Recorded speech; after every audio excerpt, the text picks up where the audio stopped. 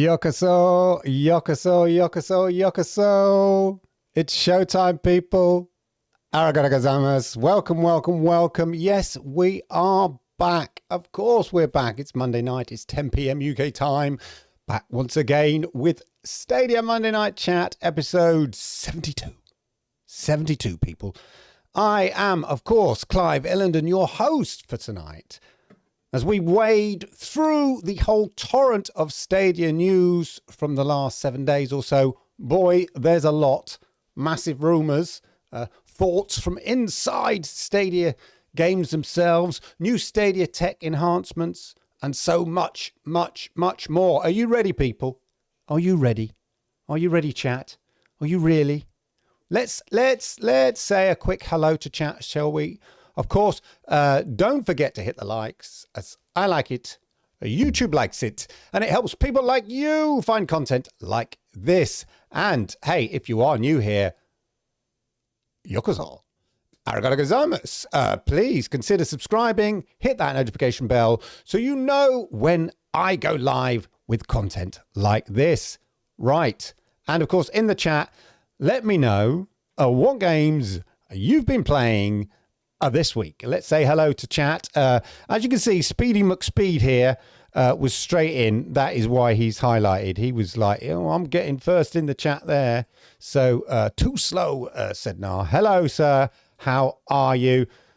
Anthony, and oh, man.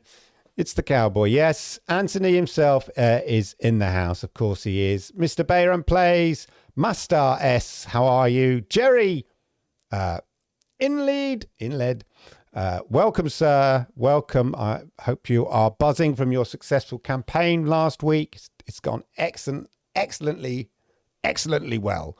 And Cloudbusters, hey, how are you, sir? As I said, let me know, ladies and gentlemen, let me know what games you've been playing in the chat. As far as I'm concerned, been playing a lot of Rainbow Six Siege as I attempted to get a lot of practice in for this Stadia community event, ladies and gentlemen. Yes, against Grace at Google. For those that don't know, the sort of social media manager, communications manager for Stadia. Put together a Stadia event in which the Stadia staff, her group, her team, her crew, her squad from Stadia played various members of the Stadia content creator community, which was really amazing. More on that later. But yeah, so I put in a bit of Rainbow Six Siege practice in there because I was part of one of those squads. And I can tell you, it was hella fun. It was hella fun. Still putting the hours into Far Cry 5. I'm super stoked about Far Cry 6 now because of it. As I say, I never really played Far Cry games before, but I'm in, you know, I'm all in. Little bit of PUBG making its way back into my life, partly because the girlfriend wants to get back into playing PUBG, so pick that up again. I did try a little bit of Valkyria Chronicles. I like the style, just the game. Yeah, I like the graphically. I like the style and all of that. You know, it's the kind of anime style. But as a game mechanic, it's not that sort of turn-based thing. I couldn't quite get the hang of it. It's not really my cup of tea. Haven't tried Epistory yet, if I'm honest. I've only been playing iRacing. I get shit for saying play because it's a simulation, not a game. But that won't stop me saying play it. Of course, of course. That's a long statement there, yes. But yes, Lord Vivek's been playing Pixel Junk, Raiders, Red Dead Redemption 2, of course. Lord Kensal still hasn't quite finished Red Dead Redemption 2, the story campaign. Disco Elysium, I haven't done it yet. I've got to get back into that. And Dark Side Detectives. Old school, Destiny 2, good to see. Always good game to go back to.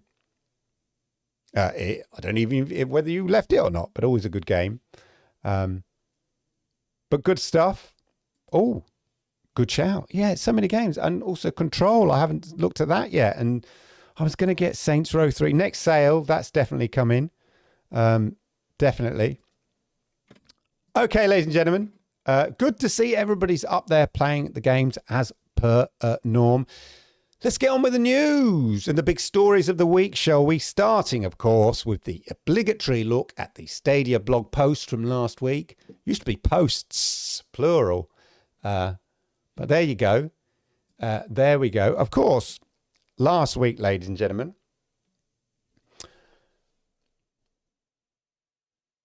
we had the great announcement. So we know they've been coming, these games, from Outright Games.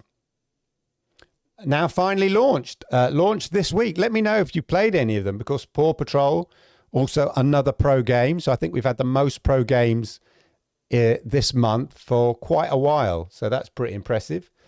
We're getting ever closer to 100 pro games. We should probably get there in September, no doubt. Not wishing the month away or anything. But Paw Patrol, the movie, Adventure City Calls, Paw Patrol Mighty Pups, Save Adventure Bay, Ice Age Scrat's Nutty Adventure. Say that the right way around, rather than nuts, my nutty Scrats. Anyway, Gigantosaurus the game, DreamWorks Dragon Dawn of the New Riders, and of course, as I said, Paw Patrol Mighty Pups, Save Adventure Bay is Stadia Pro. And the great thing about this is they've got about 16 games, which we know or we believe have been certified for Stadia. So this is just 5. 5, yeah, 5. So we've got another 11 to fill out the sort of kids and family. And also it's forming part of a category as well. Kids and family category. So that's really cool. Foreclosed. I forgot. Yes, I've played a bit of Foreclosed. Loving it. It's quite, I find the aiming quite tricky on it. I had to put on the aim assist playing with a controller. But I'm loving the style. And I talked about how I was hoping that they used the split screen during the gameplay. And they do, and it's brilliant, and I love it. So I played a few levels of that, really enjoying that. Let me know whether you've... it was an insta-buy for me, to be honest, Foreclosed. Excuse me. Let me know whether you played that. And of course, look, here is the community matches, which I thought was a wonderful idea. I know a lot of people said, oh, they should have been reaching out to the community ages ago. Well, maybe they should. But they are now, you know. And Grace was an absolute delight to everybody, really welcoming and inclusive. And it just felt really cool to be able to kind of, you know, play in a match with the Stadia team and stuff, or against the Stadia team. I think every Stadia content creator team, Vivi FX,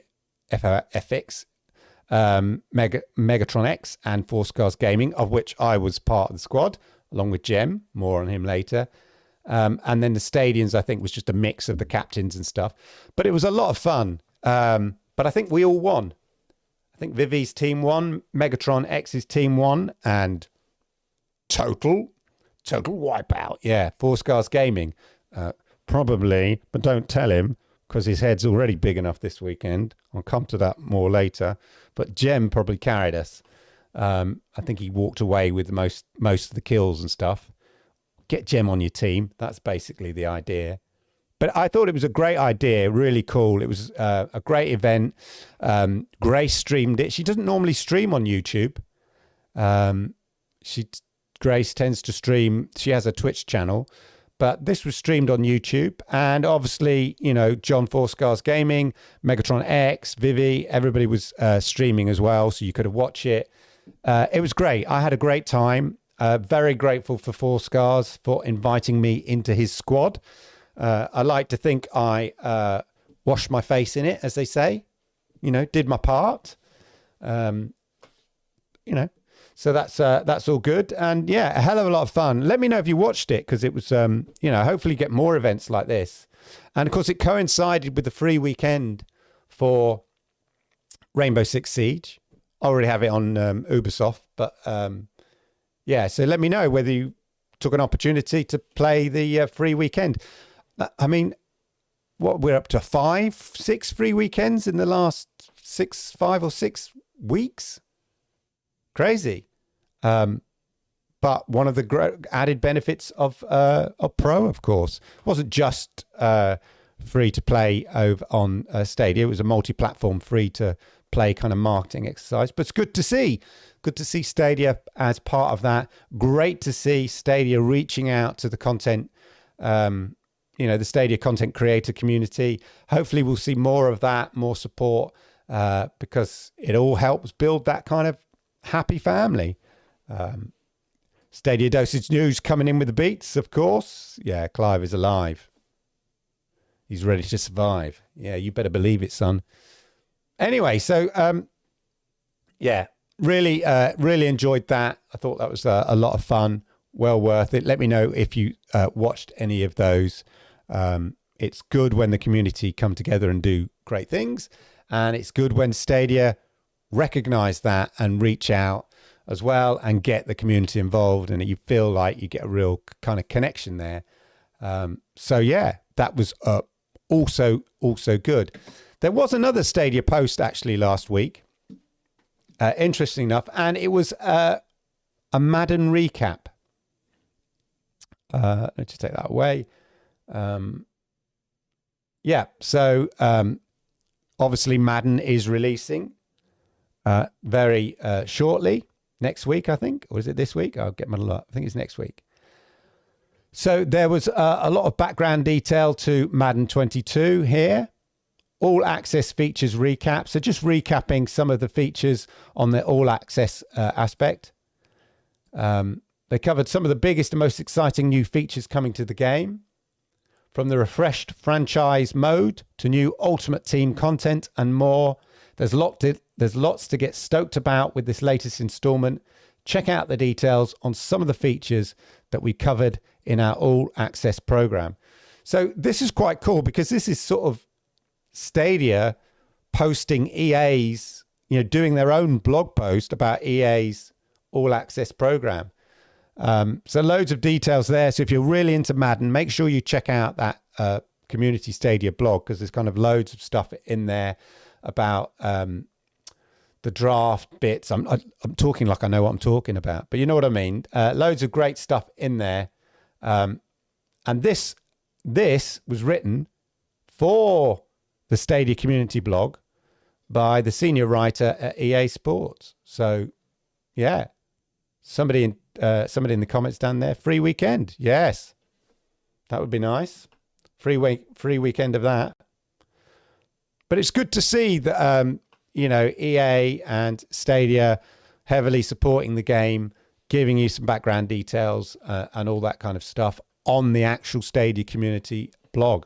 So, I mean, as I say, that's a great thing to see. So happy with that, ladies and gentlemen. Happy with that. That's all good. Let me know whether you're getting Madden. I'm not sure I'm going to be getting Madden. I mean, I enjoyed it, but I'm obviously a FIFA guy. Roger's saying FIFA's getting management mode. Good, Steve.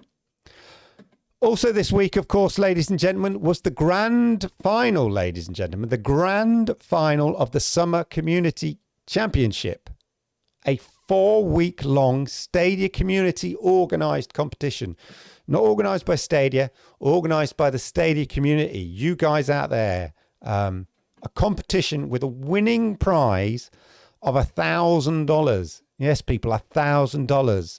So finally, after 4 weekly challenges, which consisted of Hitman, Pixel Junk Raiders, Floor Kids, K's.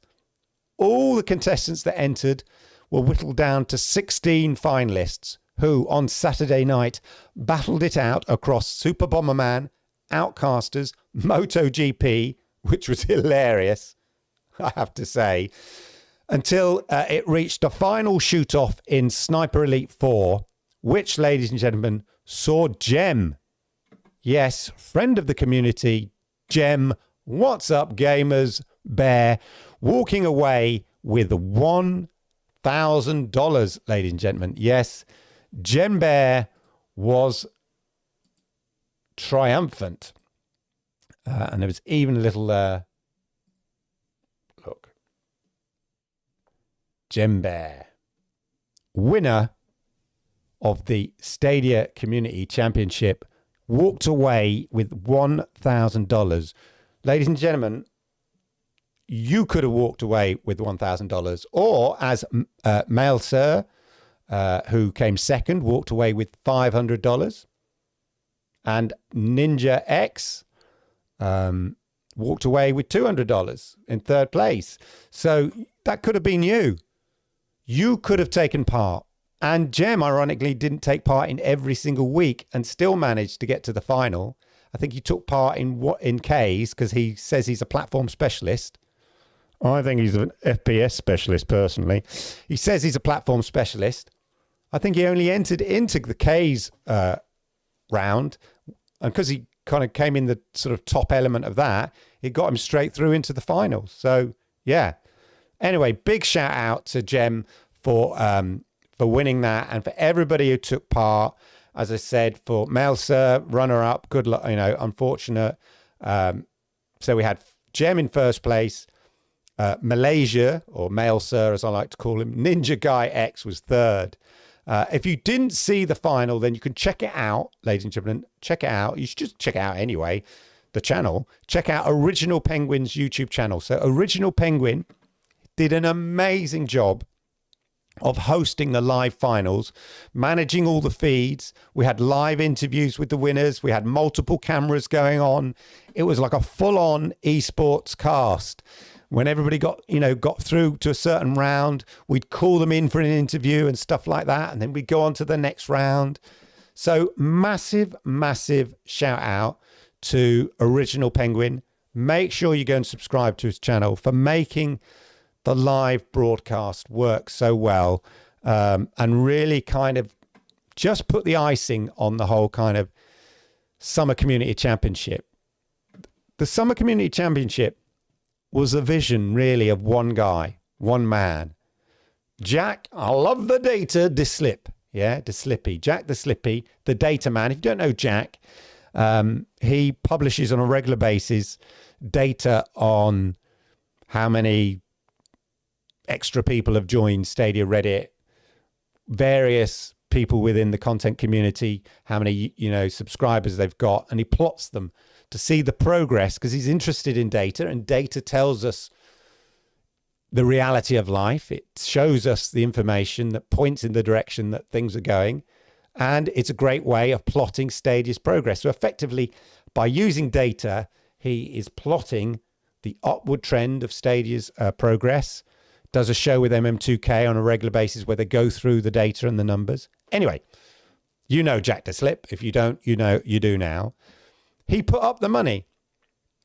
Along with some other generous donors, he pulled together a crack team, ish, to organise the event that featured Vivi, I mentioned earlier, MM2K, John Scars Gaming, of course, and Stadia Hunters, who provided the website and the competition page on his stadiahunters.com website. And, of course, me. Thank you very much. We learned a lot from the experience. And if, ladies and gentlemen, if we do it again, I think we've gained a lot of learnings and experience to put into another event to make it even bigger and better. If anything, it's my biggest regret with all these things is the inertia I sometimes feel within the community beyond, you know, everybody who comes to this show or everybody who goes and watches anybody else's sort of show. I've talked about it before, how there's sort of a finite amount of people who are so passionate or interested enough in Stadia to be bothered to watch shows like mine and stuff like that. And yet an event like this with 100,000 Stadia Reddit members, it deserved more audience. That's my biggest regret. That there's an inertia beyond an inertia beyond a certain point of people, which I've mentioned before. We're a tiny community who kind of goes from YouTube channel to YouTube channel and you know, spends time on Twitter and stuff. Beyond that, there's a vast, vast ocean of other Stadia players. And it would be great to get more of those people in. Because this was a big event. This wasn't like, oh, win a game or win a controller. This was win $1,000. So, yeah, that's the biggest regret, is more people didn't get to see what a wonderful thing it is. And you know, I don't think I'm talking out of turn to say that the organisers, we loved it. We'd love to do it again. So we'll talk about that. But we'd love to do it again and reach even further and wider. That would be my mission if we could do it. Further and wider into the Stadia community, beyond all the regular faces and the lovely guys and girls that come to this show and everybody else's show. Just reach out. Because it was a great event, a great fun event. So well done to all the support streamers as well. People like Ryzak, Anthony, loads of other people who took part, streamed some of the attempts at some of the challenges each week, offered help and all of that. It is a fine, fine example of what happens when the community comes together just to have some fun. Yeah? No bitching. No, she said that. She said that. He said that. Just to have some fun. Yeah? It's great. Just like the Rainbow Six Siege event. A lot of fun. People come together just to play games and have fun.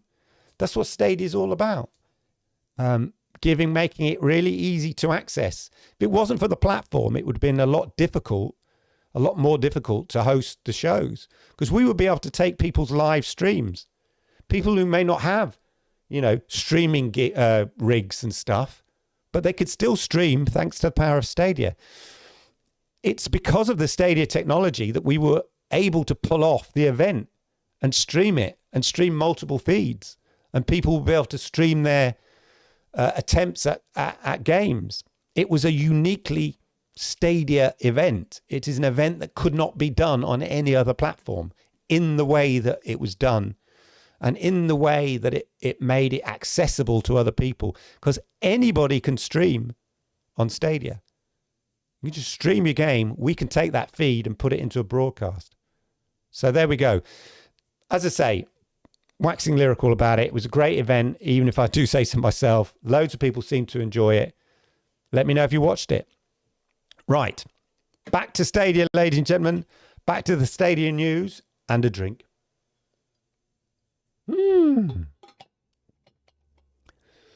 Right. Back to Stadia. So, as I say, back to Stadia and the constant evolving brilliance that is having a platform in the sky. Cool updates are happening all the time. Now, as we know, August the 17th sees the release of Humankind. Let's get that.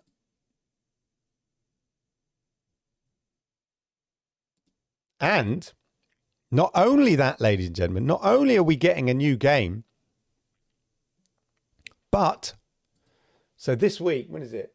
Tomorrow. Humankind launches tomorrow, ladies and gentlemen.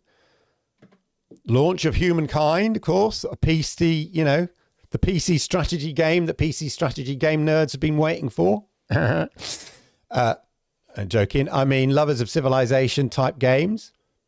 And the interesting thing here and the exciting thing here, Stadia is rolling out direct control features for mobile, as you'll see in this article here, ladies and gentlemen. Experience Humankind with state share and direct touch. Humankind is launching tomorrow, August the 17th, We're looking forward to jumping into the turn-based strategy game. So it's a turn-based strategy game. That's what strategy games are, Clive.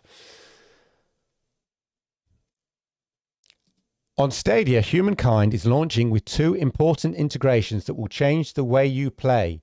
And we're revealing the full details today, along with our friends at Amplitude Studios. With Humankind, you'll see a feature called Leave Your Mark, which is how Amplitude Stadia uses state share. So we're getting state share featured in here to add a competitive spin on the game. Think that you've done a great job in your game of Humankind?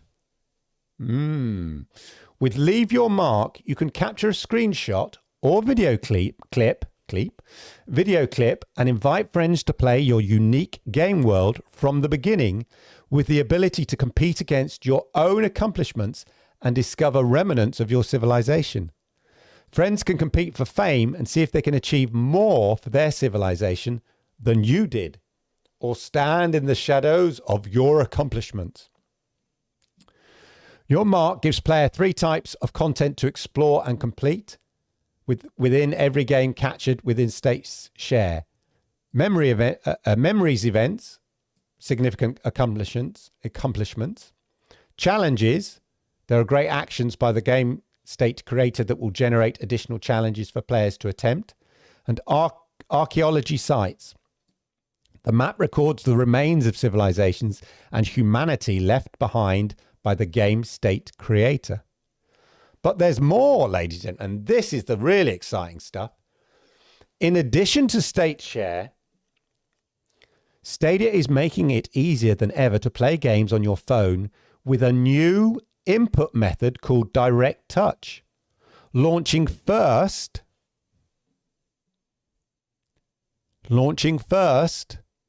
which means there will be more games with this feature. Launching first with Humankind.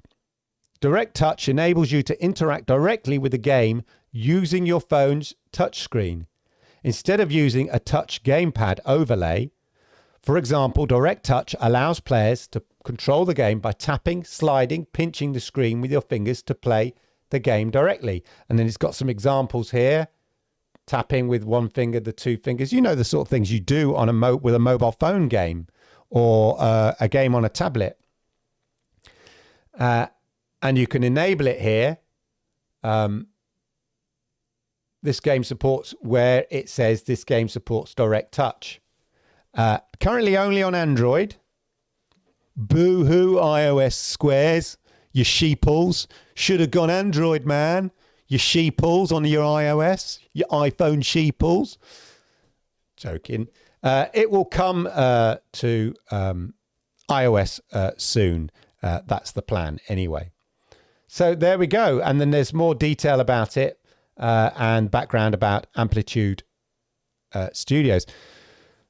This is a really exciting feature. I was playing Reigns a while ago. I was waiting. I think when my son was in hospital, I was waiting there, and I thought, I'll have a quick game of Reigns. And I kind of thought it would be really cool, because that's almost like a mobile phone game. If you could have that kind of swipe left, swipe right kind of thing that you get. This is different from having just a virtual controller on the screen, like you can already have. This is a touch, with tablets and stuff. As I say, I remember playing Reigns thinking this is defo a game that you should be able to sort of swipe left, swipe right. I mean, I don't get to practice swiping left or swiping right on any other app. I don't think. No. Anyway, back to Stadia. It's a real feature of these types of strategy games. When I used to commute into London, I used to see commuters on their tablets playing these sort of civilization type, war type games, scenarios, real-time strategy type games. And that was all about, moving your battle soldiers with your finger from here to here, touching that, bringing something over here. And so touch control for those sort of games on tablets for mobile versions of these games are quite common. So this is the perfect game to introduce direct touch. I think it's really cool. What other games do you think would benefit from touch controls? Let me know in the chat. I think it's an exciting kind of addition, because there are some games that have that kind of mobile game kind of feel to it. There's been some early reviews as well of Humankind on Stadia actually as well. There's an early review here. Gaming Nexus played it. 90 minutes of Humankind gameplay on Stadia from Eric Halter. A much improved over the demo version that was released several months ago on Stadia. The game now has a fully functional tutorial, walks players through every aspect of the somewhat overwhelming UI the first time you play. The entire thing has a rather soothing, don't worry about it too much tone, which assures players they will grasp Humankind's complex mechanics just fine with enough time and practice. Definitely going, he's got a whole video as well here of the gameplay and stuff like that. So if you're really interested, check it out. Check out his review, see what he thinks. It's going to be out tomorrow. If it's your sort of thing, no doubt you've already got it. So there we go.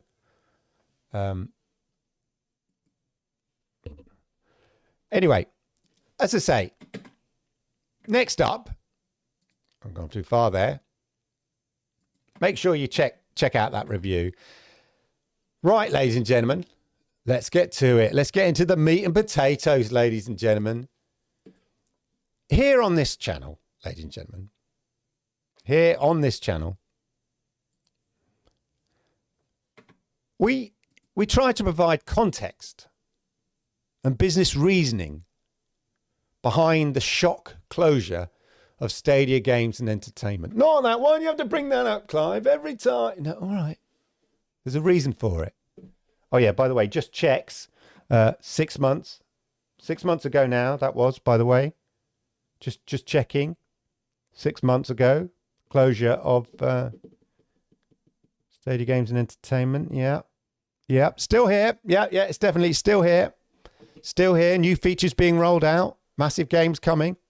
Anyway, as I have talked previously on this show about the level of investment without any guarantee of success of establishing your own in-house game studio, especially for a brand new, as yet established platform. I've talked about that before. Well, it seems that we have some comments from people who were directly affected by the closure of Stadia Games and Entertainment, and they give us a sort of insight into what was going on potentially at the time at Stadia, and who arguably could bear a grudge against Stadia because ultimately they were made redundant. That seems to underline what I and many others have said, that the closure of Stadia Games and Entertainment was good, sensible business logic. And why Stadia, and the reasoning why Stadia has decided to focus on the platform aspects of Stadia and ensure that they focus on making it a platform that the publishers want to bring their games to in whatever form it is. What am I talking about? What am I talking about? Well, I'll tell you, there was an interview here in Gamer Sutra about Typhoon developers. So obviously Typhoon Studios was acquired by Stadia Games and Entertainment to develop games for Stadia. And of course, they just developed at the time of acquisition Journey to the Savage Planet. So of course, we saw Journey to the Savage Planet eventually come to Stadia. Then of course, with the closure of Stadia Games and Entertainment, it meant they were kind of out on their hind legs, as it were, out on their butts, out the window, out the door. Anyway, the guys behind Typhoon Studios that were acquired by Stadia have set up a new development company since they left Stadia.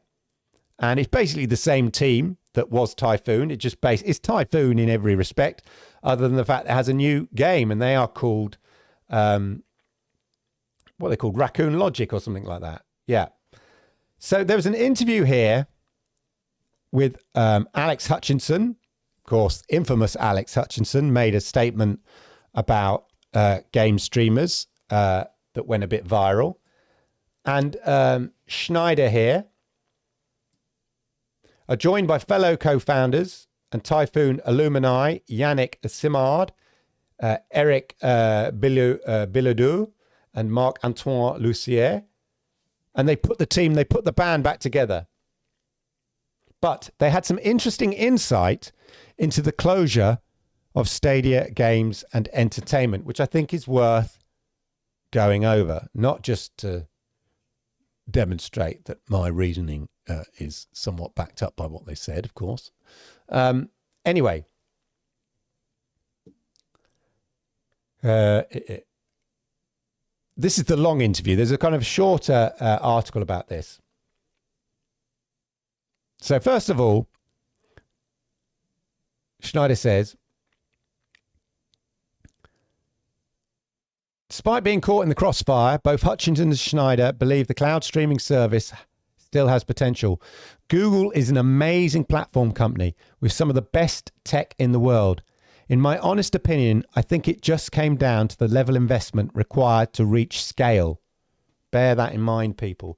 From what we saw at Google, the sense was that if the initiative does not have the potential to reach billions of people, then it's better for them to deploy the workforce capital into other areas.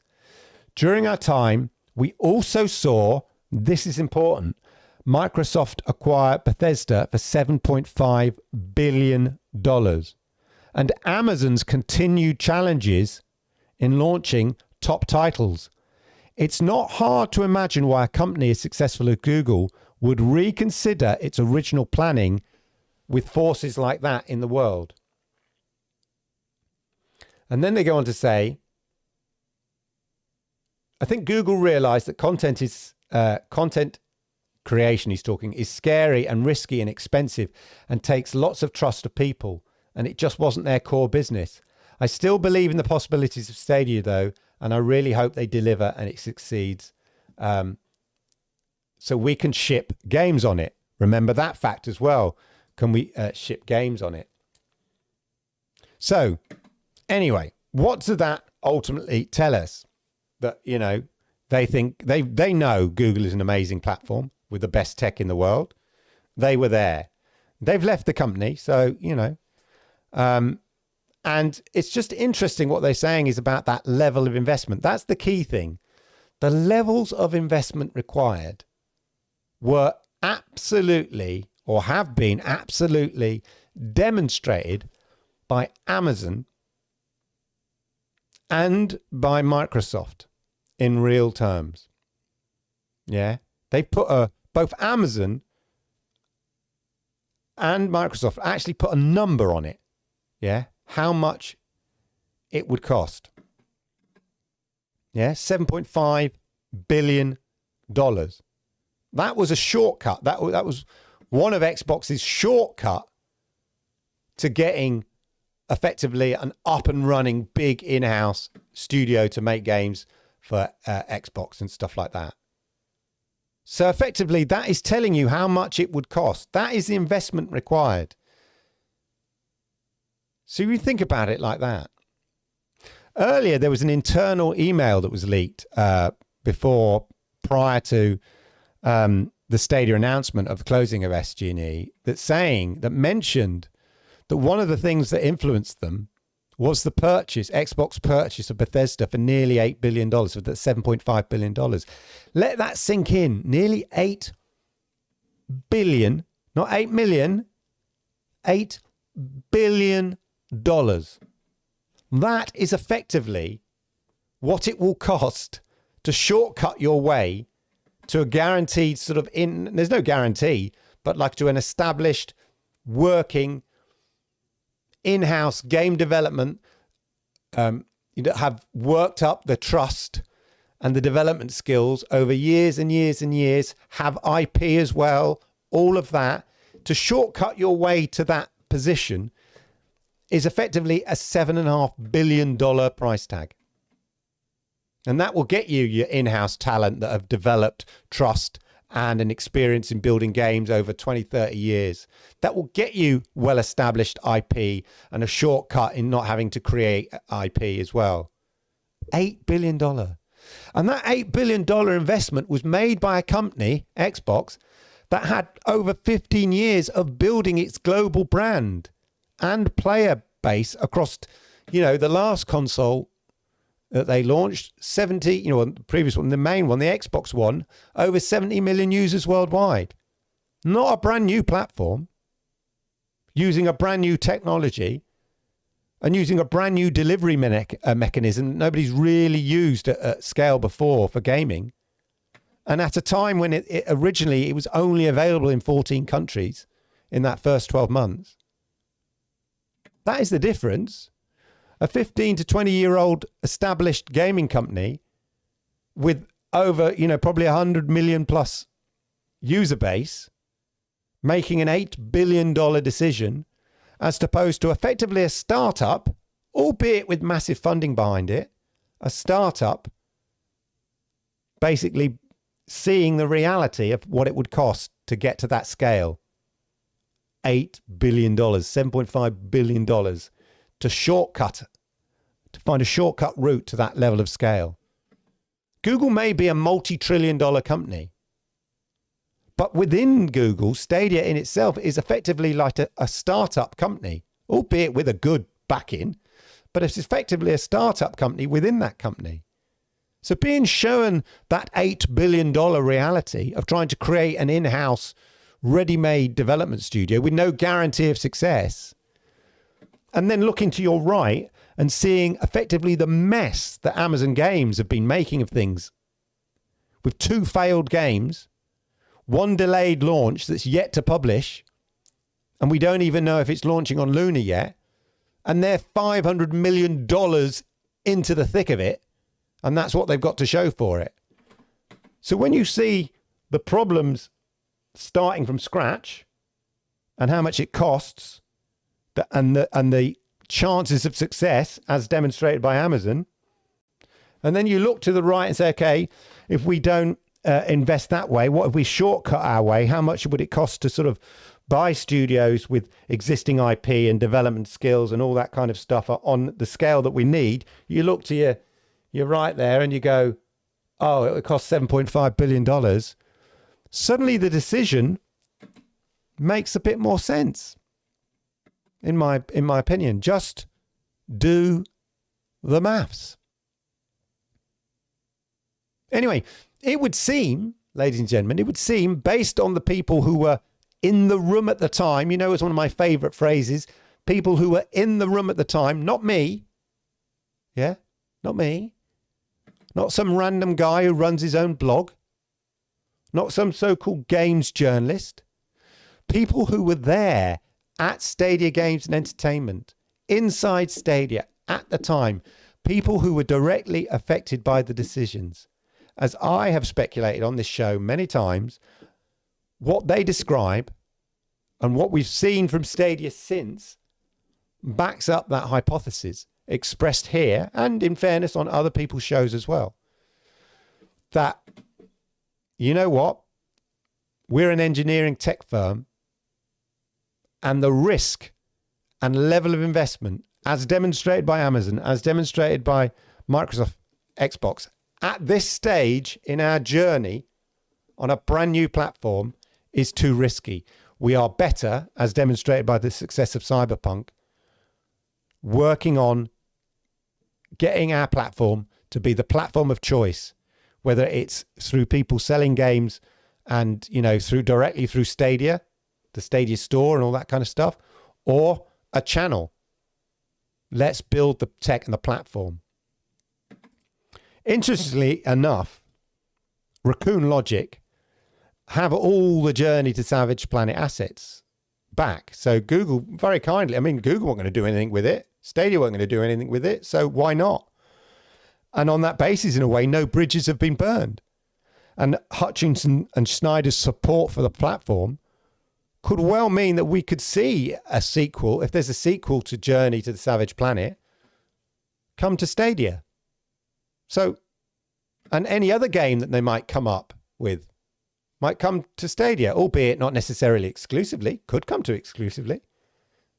But at the end of the day, if that happens, if Journey to Savage Planet 2 comes to Stadia, like they say they want Stadia to succeed because they want to ship to it, if whatever next game they're creating comes to Stadia, then to the consumer, nothing's changed. What's it matter whether Journey to the Savage Planet 2 comes from Stadia Games and Entertainment or Raccoon Logic? If it ends up on Stadia, win-win. So watch this space. It would be interesting to see, you know. But I think right now, as we've said and as pointed out, Case Ball, exactly. Better to get proven content. Focus on that. Like I've said it before. When we, you know, if you say to somebody, do you want to try Stadia? They don't go, oh, will it have future games that can only do things in the cloud? No, they don't. They're going to go, has it got FIFA? Has it got Battlefield? Has it got Madden 21? Concentrate on that. Yeah. We've said it a million times, but that interview there with Alex Hutchinson and Schneider just, I think, underline what I've talked about on this show loads of times about the investment levels required to reach the scale they want. It chimes with what Stadia have said. It chimes with what Stadia have done. So it's just more affirmation of what I've said on this show loads of times. Right, ladies and gentlemen, shall we get to it? Rumour time. Okay. The big rumour, ladies and gentlemen. The big rumour. You know what it is, ladies and gentlemen. Doing the rounds.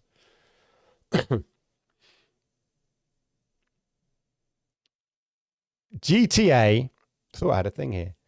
The GTA remastered trilogy. So that's GTA 3, GTA Vice City, and GTA San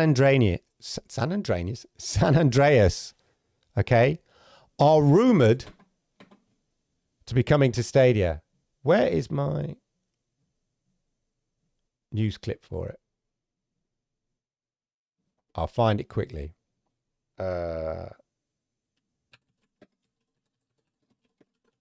I thought here we'll borrow 9 to 5, but it was, of course, on Kotaku, which I'll come to, ladies and gentlemen. So this is a big rumor, but there's a little picture for you. So the big rumor doing the round, GTA Remastered Trilogy, is coming to Stadia. Now, ladies and gentlemen, before we get into this, let us remind everybody, one, this is a rumor. Two, it is from Kotaku. Kotaku people, who plenty of people in the Stadia community, for good reason, have dismissed, Kotaku for having any credibility when it comes to Stadia news, because of the absolute hatchet jobs they've done before, or the misinformation they've spread, or the incorrect Stadia stories they've run. Yeah? The source of this story is coming from them. So I do question, are we so blinded by the exciting prospect of GTA Remastered Trilogy coming to Stadia, which is amazing if it is, are we so blinded by that we suddenly forget our own history and attitude to Kotaku every time they publish something in a kind of very super negative or incorrect way about Stadia, and we completely dismiss it of being invalid and not having any credibility whatsoever? So you got to bear that in mind. We can't have double standards here. So we need to kind of dig down a bit more. I mean, people were picking up, the 9 to 5 picked this up here, reportedly coming to Stadia. Yeah. Chrome Unboxed, they had, it was coming to Stadia. And then I noticed later they changed the headline to rumoured, : coming to Stadia. The other point, so 1, it's a rumour. 2, it's from Kotaku. And 3, I'm just going to put this out there, ladies and gentlemen. Little fly in the ointment, ladies and gentlemen. Talking of remastered collections, do you know where I'm going with this? Mafia. Also from Take-Two. Okay, so that's the context, okay? That is the context within which I am couching this whole next bit. Yeah, so I'm just giving some context there. So, we can go. So, let's check out the story that every other tech gaming blog has jumped on with such glee, despite the fact that it is, of course, a rumour. And let's try and unpick it a bit and see what grains of truth there may be in this story. That would be an incredible troll, Lord Vivek, if that was, of course. Now, the biggest thing we have here is that the source that Kotaku is relying on, they say, has been consistent when it comes to other stories emanating from Rockstar Games. So rumors around some stuff they've been doing with Red Dead Redemption Online, rumors about some other Grand Theft Auto stuff, have ended up being proved correct. Now, I don't know, whether that's just the fact that he's like a broken clock, this source, and he's right twice a day, or he, genuinely is consistently bang on with these rumors. Now, there was a rumor last year on a French blogging site called Rockstar Mag, I think it was, who equally has as I understand it, quite a reliable track record of rumors for GTA and Rockstar Games. There was a rumor that Grand Theft Auto 5 is coming to Stadia. Now that we know they're working on a next-gen version of GTA 5, so it would be the perfect opportunity for that to come to Stadia. And originally it was rumored that this trilogy would be offered to everybody who bought the next-gen version of Grand Theft Auto 5. Although that sounds far too generous from Take-Two. And as it turns out, that is not part of the rumor. The remastered trilogy of Grand Theft Auto 3, Vice City, and San Andreas will be a separate purchase of some sort. The other thing is interesting. The fact that the source is so specific about the platforms and significantly mentions Stadia. We know that, in gaming press, a big gaming event, the Stadia platform always gets left off. Oh, it's coming to PC and the consoles and Switch, whatever. And Stadia often gets left off. The fact that in this source, which is from Kotaku, who we know has a very negative opinion on Stadia, all things Stadia, yeah, listed Stadia specifically as one of the platforms in this rumor, I think adds a bit more. There's a bit more ingredients to the credibility. Still only a rumor, though. We also know that Rockstar North recently ramped up to work on some Rockstar properties, most likely these. And Take-Two in their earnings call said they were working on some undisclosed titles. Could be these.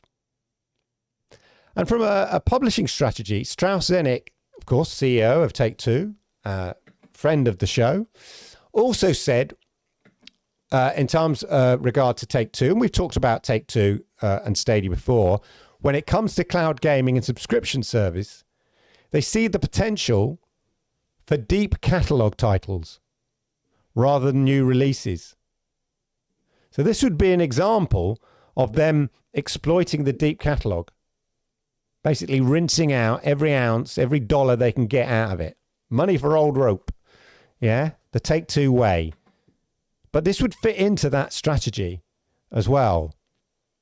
Now, all in all, if we're brutally honest about this, if true, it would be massive for Stadia.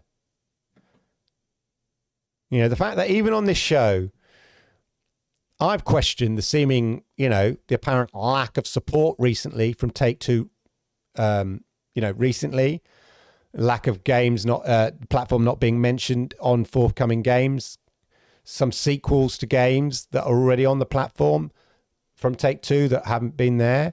Not just me, other people have talked about this as well. So we know that Take-Two do still support Stadia because they did actually mention the platform in their presentation as one of the future pillars of their growth, publishing growth, one of the publishing pillars that they will use. Stadia was mentioned specifically. So we know that they, in their earnings call, they still support Stadia. We're just not seeing it from games recently. So let's put this out there. Could this represent a new deal with Take-Two? And if we see this and Mafia, yeah, it still could happen. I think not only will they bolster the real credibility of the Stadia library, I mean, these are great titles to have, but it would be a massive boost and sort of put to bed some of those concerns about Take-Two not supporting the platform. As I said in their earnings presentation, they stated they were behind Stadia. So watch this space, people. It is only a rumor, and it is from Kotaku, but their source does have a track record. It would seem to fit in with some other things that are going on and the Take-Two strategy. In terms of Mafia, I think we may well see Mafia in September. I'm just speculating. I'm putting it out there. The reason is that will be 12 months after its initial release. I think that they were planning maybe a 12-month window because one of the titles could possibly be a pro title. It's just a theory I have. I know Chris on Sounds of Stadia has a countdown. You could contact him. He'll tell you exactly how many days since it launched on the other platforms. But I said to him, 365 days. I could see it coming. A September release for Mafia. And then these are rumoured to be October, November. Yeah, the remastered Grand Theft Auto remastered trilogy. Imagine that would be a couple of cracking months. What if Far Cry 6, Riders Republic? Anyway, let me know in the chat what you think. I think it'd be really good. We know that they're being remastered using the Unreal Engine. The remasters, which Kotaku notes have had a complicated development cycle due to the ongoing pandemic, are set to use the Unreal Engine and may have graphics akin to a highly modded version of the game's PC releases, mixing new and old graphics. Otherwise, Rockstar seems to want to keep the Grand Theft Auto title as close to the original experience as possible. So an element of update and retro, which I think will be really cool.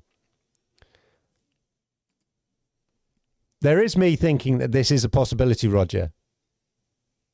And that's why they're sort of keeping the titles back. We'll see. Could the 3 be signed for GTA 5? Well, exactly. I think whilst they're doing the porting for the next gen, that would be the perfect time to also release on Stadia.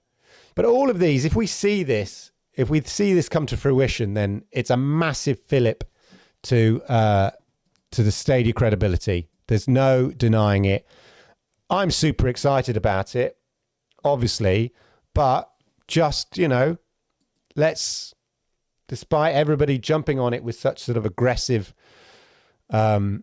excitement and almost making it fact. It is still a rumor, and it would be good to see some sort of confirmation about it. And it can't be long if it genuinely is October, November when they're planning to release it. But let me know anyway. If it happens, of course, it would be redonkulously awesome. Talking of games recently rated, ladies and gentlemen. Related. Oh my God. We have Young Souls.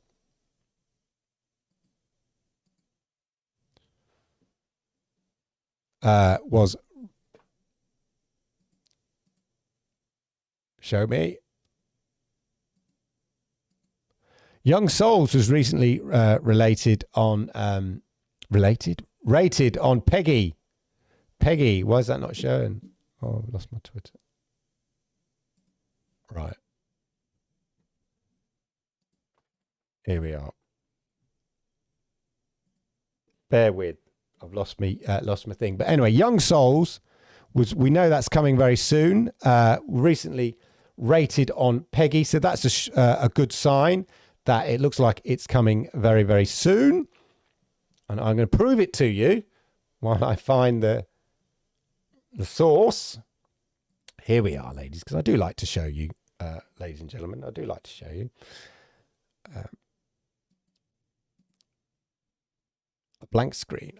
Here we are. Peggy, Young Souls. There we are. That's what I was trying to get to. Rated 16th of the 8th. So we could see that very, very soon. Young Souls. Do you remember that game? Sort of a cool sort of art style to it.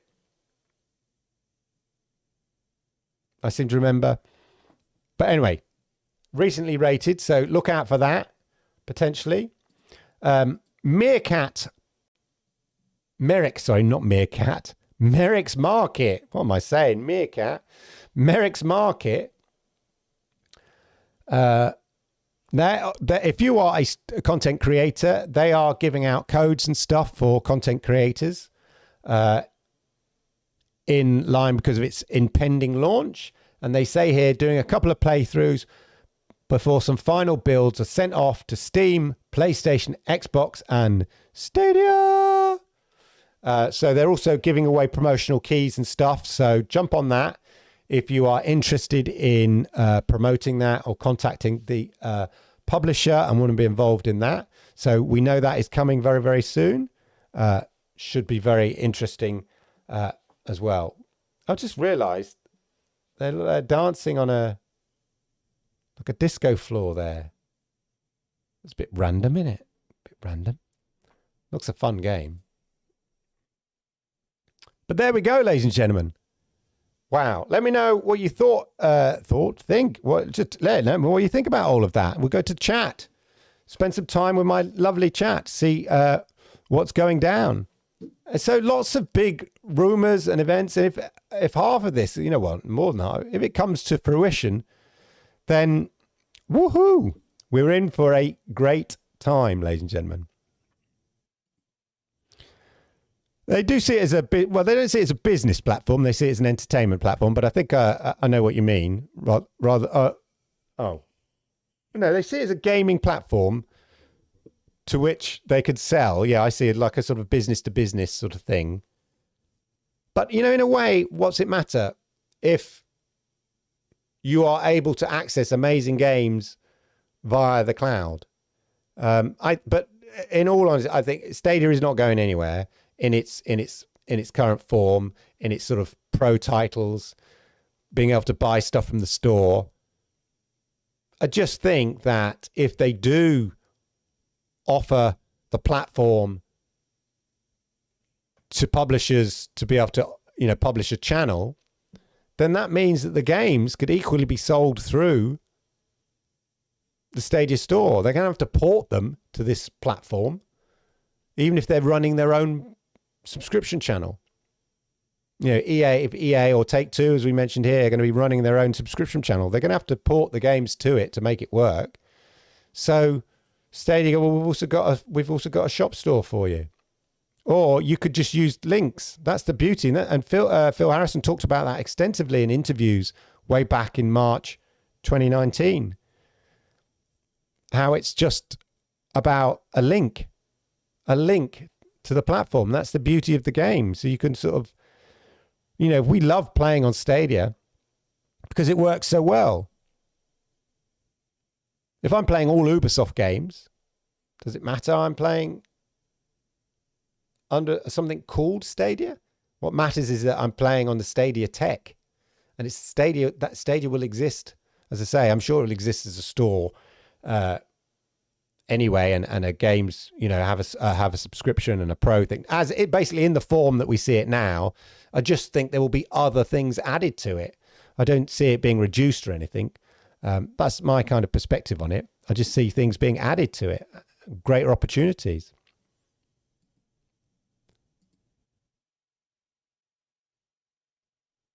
Yeah, I can see this. Like I say, I can see it happening, with the tech working so well. Sounds like somebody needs some tunes. Oh, you mean my throat? Yeah, 2 ticket to got to. Yeah, it's because I'm ranting, chatting. Yeah, remember that? 2 tickets to Dr. Blaze. I'm good. Yeah. Happy Cloud Gamer is confident GTA will come to Stadia. Good to see. It will come as a single purchase or part of a cloud channel. TT channel, yeah. Yeah, GTA aren't going to give away the remastered trilogy, mate. They can see the dollar signs, dollar signs. Of course they can. Yes, I've heard that rumor as well. Red Dead Redemption remaster. That'll be good to get back into. Lots of people loving that. I want to play Vice City. Where's Ryzak's comment? Those devs working on these GTA apparently Red Dead Online peeps, according to Cloud Gaming Dad. Well, actually, why do you get your information from Cloud Gaming? I'll tell you what, mate. I'll tell you what. Not only that, some of them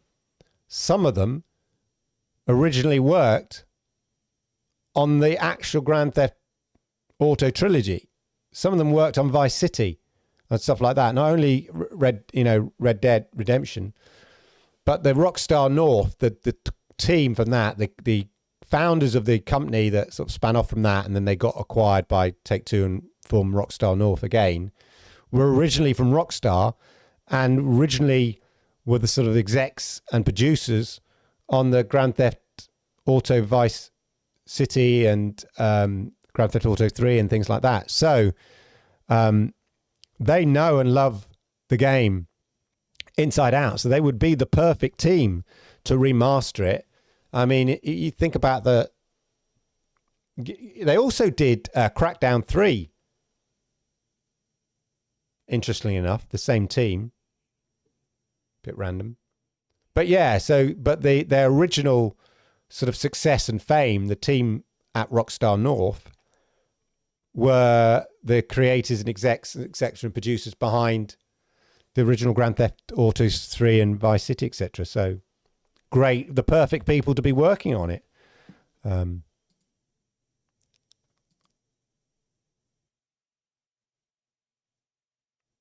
Where is Stadia in 2 years? Business as usual completely. What, 2 years from now? Yay, Jerry Lennon. Thank you, sir. Thank you, sir, for becoming a member. Much appreciated. Arigato gozaimasu. Bigger and better, Happy Cloud Gamer. Bigger and better. I think you'll see it more widely available because 2 things are happening. You've got to change the culture of gaming, of seeing that Stadia app, going beyond the gamers that we all know, people who day one got PlayStation 5, day one got Xbox Series S, have gaming rigs, are mad about gaming and stuff like that. Forget about those. Forget about them people. They're sort of done now. We're done. If they're interested in Stadia, they're interested in Stadia. Like many of us, you know, our ex-Xbox people, or still Xbox people, or multiple cloud people. You know, we love all that. We're bought into Stadia. We understand it. The next level is the adoption of cloud gaming as a thing. Yeah. Of seeing that Stadia app on your smart TV, as we are seeing now, thanks to it being rolled out to Google TV, Android TV, on Sony TVs, coming to the LG TVs later this year, and seeing it sitting there against Netflix or Amazon Prime or Disney Plus, seeing Stadia there, seeing that bit on the top of your Google TV saying, fancy playing Destiny 2, or fancy playing, you know, suggestions, going, what? And then clicking and playing. When that becomes the norm, in the same way as sitting watching a whole box set in one go suddenly became the norm, then Stadia have sort of built the platform and the structure and the infrastructure and the games and the library for people to be ready for that.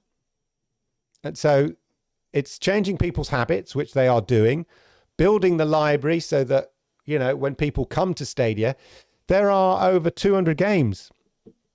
I think we've hit 200 games on Stadia right now. And so I've said loads before, every time someone new comes to Stadia, the thing about Stadia is you've got latency and there's no games. If you're new to Stadia, if you get Stadia today, there's 200 games already, which is not a bad starting place. When Stadia rolls out beyond its existing 22 countries, those countries will be presented with over 200 games.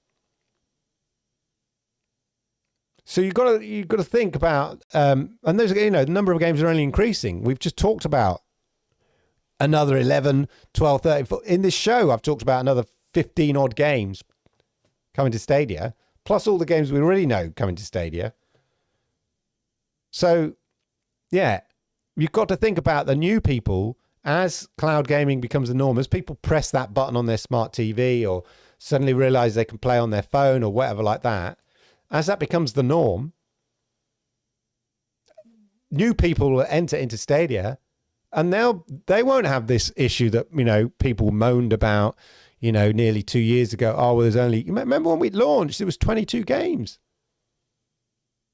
Now, for me, that was fine because it was a brand new thing, and, you know, I wasn't expecting it to be like everything working from day one. It was a journey. I've said before, it was a journey. They made it very clear it was a journey. Well, we're well into that journey now. We're coming up to the second year of the journey.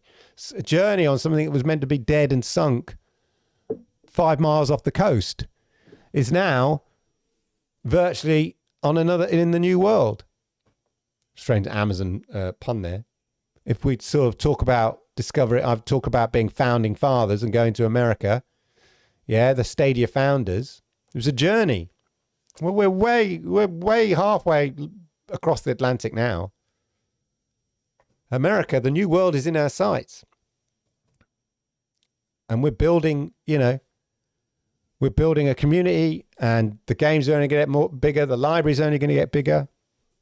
Then if other people start using the platform, then then the habit of playing via the cloud become even more commonplace and accepted. And then people will be more sort of curious about Stadia as they realize, well, I can play Destiny 2. I can play Grand Theft Auto on my LG TV. What? Wow. Didn't know that. What? And I didn't even need a controller to test it out. I could just use my phone as a controller and play on the TV in 4K. Yeah. So at the end of the day, cloud gamer, happy cloud gamer, Stadia's been on a trajectory, and it's been upwards. Even with the closure of Stadia Games and Entertainment, all the data, the number of games, it's an upward trajectory. Is it a rocket going straight up and then exploding and shattering and then all being forgot about? No, it's a steady incline. Steady incline.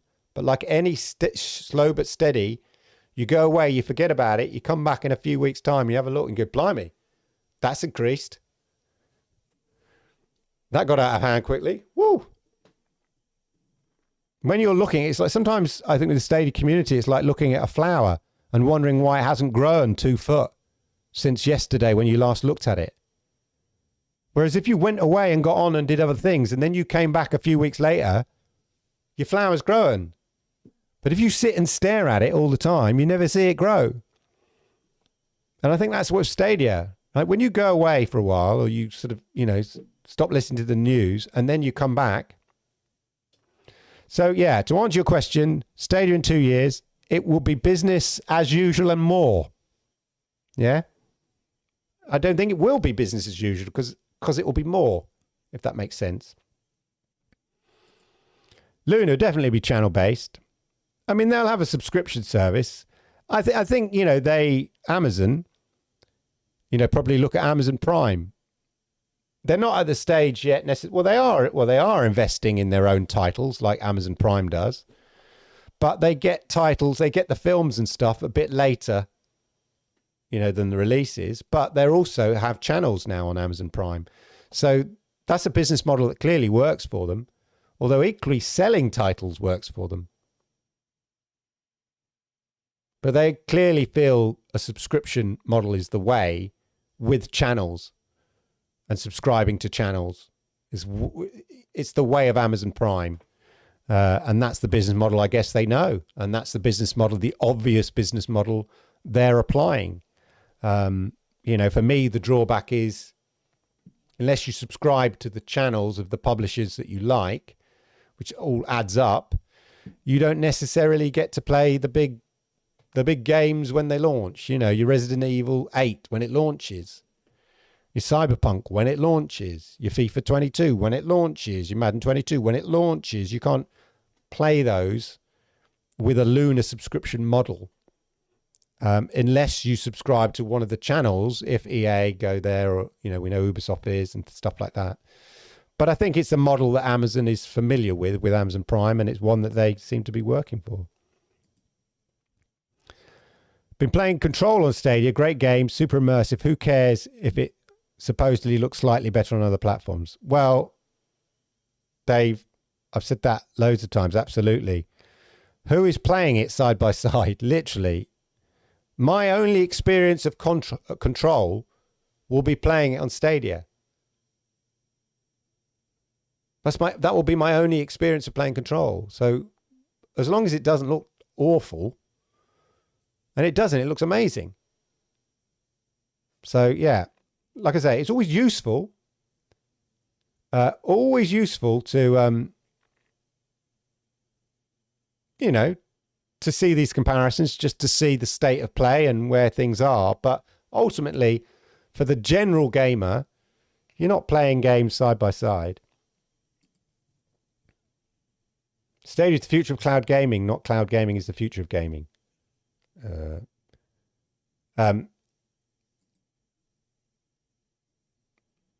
Well, I think that's a fair argument, Cloudbusters. I'm not an argument I necessarily subscribe to, but I think it's a valid point of view to hold. I think they were unprepared for some things. Equally, I think they needed to launch.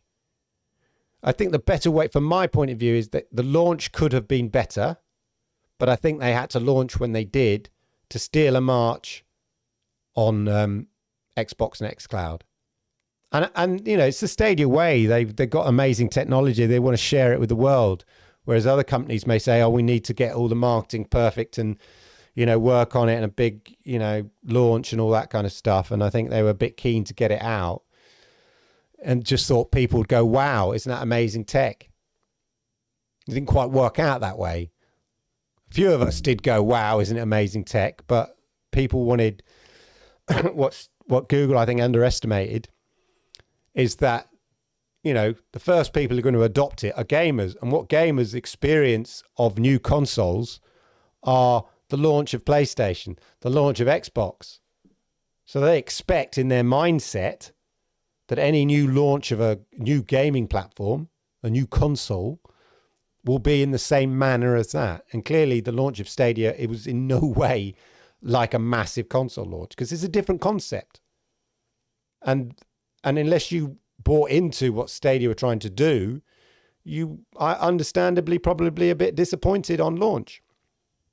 If you got it, if you listened, as I always say, to what Stadia was saying they were trying to do, and you bought into that from day one, you kind of got it. So I think you could look at it and say it launched too early, but I think they had to get the tech out there to steal a march on xCloud. I just think that perhaps the too early bit was in perhaps not managing expectations from a marketing point of view is the way I look at it. But we see continuous improvement, the Stadia, the Google way. Yeah, that's exactly what I was saying. You put it much more succinctly to me. They flubbed the strategy, the marketing and the launch. I think you're right. Slow and steady Stadia. Yeah, if you think about it, if you look about where we've come, like I said, watching a flower every day doesn't seem to do much. But when you take a step back and you look at that flower on a monthly basis, or you go out in the garden and you suddenly see it, you see its growth. And I think when you look back, when you see those monthly summaries or those annual things, when they did that presentation to the developers recently, a few months ago, and they did the whole slideshow on, where we started and where we've come. When you look at it in that context, from a slightly helicopter view, you think, wow, that's pretty impressive, actually. But when you're focused on it every day, the progress seems a bit slow and stuff. But like we've had new features launching, new features are launching that nobody expected. Nobody expected the touch control element. Think of the opportunities that opens up for certain games and developers. That's launching tomorrow. So that's a prime example. It's a drought, though. Nothing grows in months. Yeah, true. Janky, we're seeing, improvement in the jank, says Dr. DRE Games, because these continuous improvements, as we said. They've started doing some moves. Yeah. I think you'll also things will come in fits and bursts, They can't be constant flow. It's always the way. But we've got some great games coming. A watched pot, exactly. A watched kettle never boils, as we say here, yeah. Yeah, I think that was a disappointment to people. So if you can't build the library that quick, and I think that's a balance between you can't let too much, waiting too long, and then it looks like you're sort of following Xbox, who have all the games, or get the tech out there. But in an ideal world, yeah, and I've talked about it on this show as well. When you look back at some of the big games, so Doom Eternal was meant to release in December. I think in their strategy, there were some big holes that happened after the strategy was set. So Doom Eternal was meant to launch in December 2019, got kicked off until March.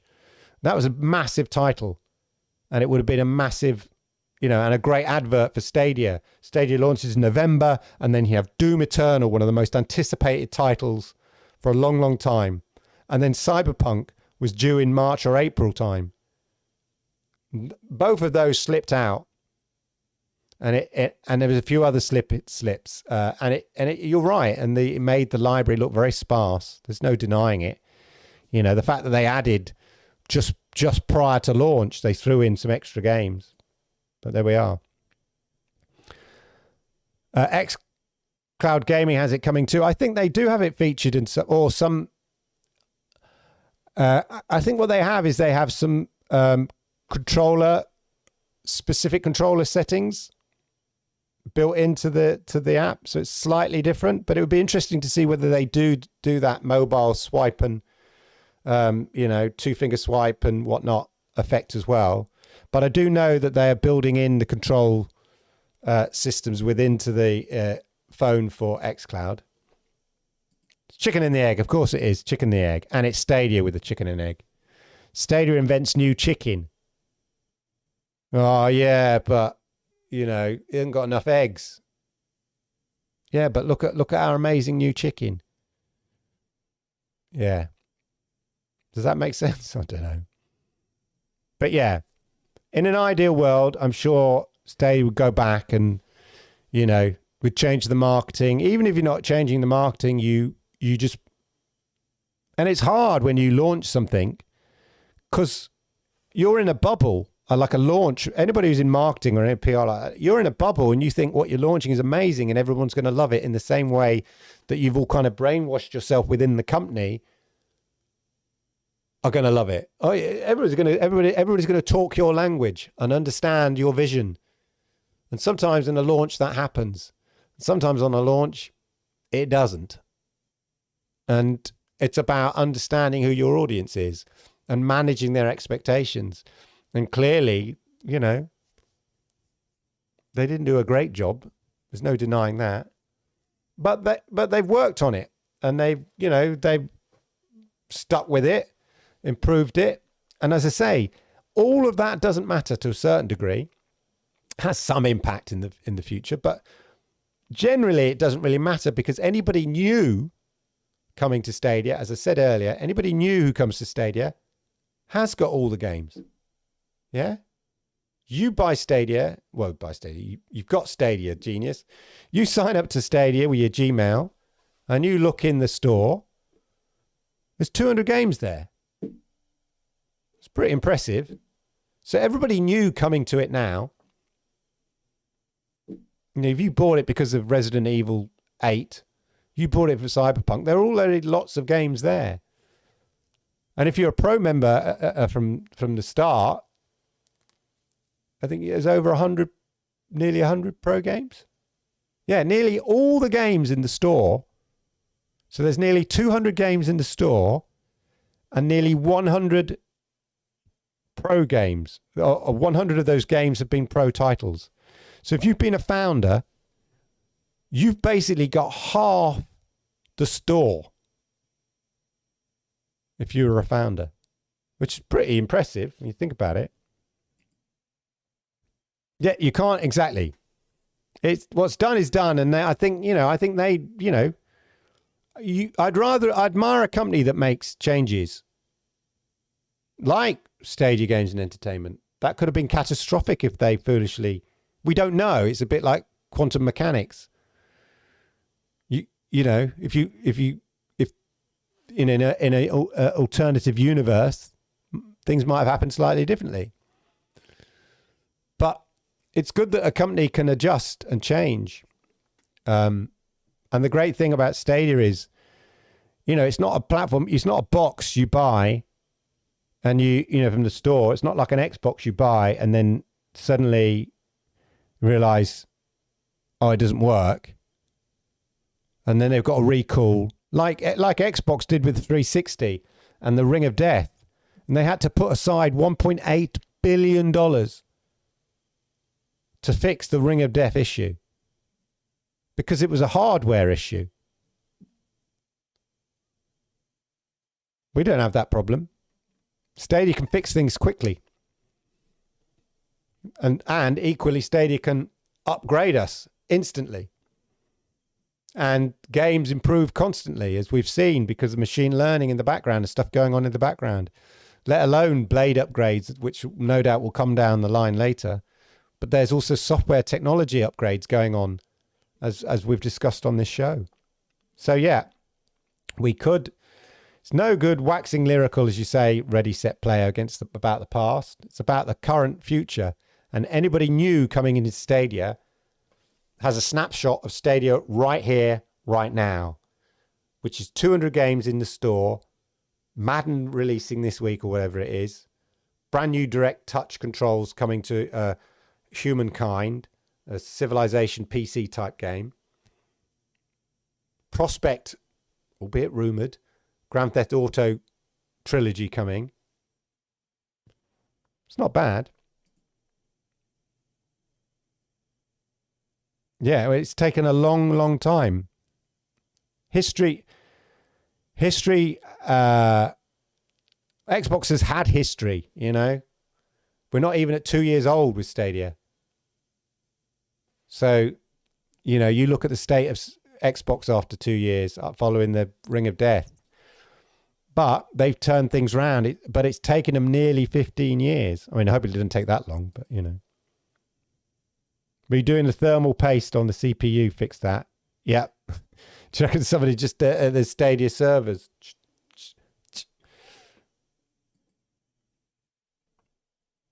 Yeah, I never get over the fact that there are so many titles I can actually look at in my library and play instantly. I tell you what, my girlfriend came round and she said, let's play PUBG. You play on the Xbox. I'll play on Stadia, because I don't have enough bandwidth to run 2 sessions of Stadia at once in my house. 1, perfectly. 2, it's a bit dodgy. So I was going to play PUBG on the Xbox. So we loaded up the Xbox. Update required. Because I hadn't played PUBG on the Xbox for months. On my Xbox downstairs. Months and months and months. Update required. Time of update, 1 hour. Well, forget it then. Forget it. So we didn't play. And it just taught me that. It's just like, I'm so used to, should we do this? The spontaneity of Stadia. Should we play this game? Well, I haven't got it. I'll buy it. Bing. I'm playing it. And then when you go back to that Xbox, update required, it's like, oh, God. Oh, or no space. Oh, God, which game am I going to get rid of? I do not miss that at all. It's just so every so often, you know, first world problems. It's like, oh, God, I forgot. You have to get rid of a game. Which one am I going to get rid of? Hi, Michael. How are you, sir? Lovely to see you. Shout out to J Key as well. I did see you flash up there, J Key, for being a member as well. Thank you, sir. Much appreciated. What? Just lost 1 terabyte SSD, so now I'm really juggling installs on that PC. Yowza. What is Stadia? Ryan, I'll tell you what Stadia is. It's a marvel of engineering. Yeah? Go to stadia.com, put your Gmail in, and you can be playing Cyberpunk, Resident Evil 8, or whatever. Destiny 2. In fact, go there, put your Gmail in. You can play Destiny 2 and have a console-like experience. That's what Stadia is. And it's going to cost you diddly squat. No hardware. No box under the TV. That's what Stadia is. It is the democratization of gaming. No $500 outlay required, ladies and gentlemen. And on that note, ladies and gentlemen, I think we'll call it a day. The voice is going. Thank you, everybody, for joining me live tonight, as ever. It's been a great show, interesting show. We'll leave it there. Cloudbusters, the world's most powerful cloud gaming platform. Exactly. That's what it is. Undeniably, the best form of cloud gaming tech out there. I'm prepared to, well, don't bother arguing with me, because your argument will fall short. Tech-wise, it is considered by those within the industry to be the #1 platform for cloud gaming in terms of tech. Oh yeah, I do like customizable controllers. I got one for my son for Christmas. Be good if Stadia did that. Anyway, bye-bye, everyone. As Sednar says, bye-bye. Bye-bye. Thank you for being here. I really appreciate it. Big shout out to Jerry Lennon for rejoining as a member, I think, and Jay Key as well for being a member. Thank you very, very much. Remember to hit the like, subscribe if you're new, and all of that. And hey, everybody, let's do it again. Same time, same place, next week. Thank you.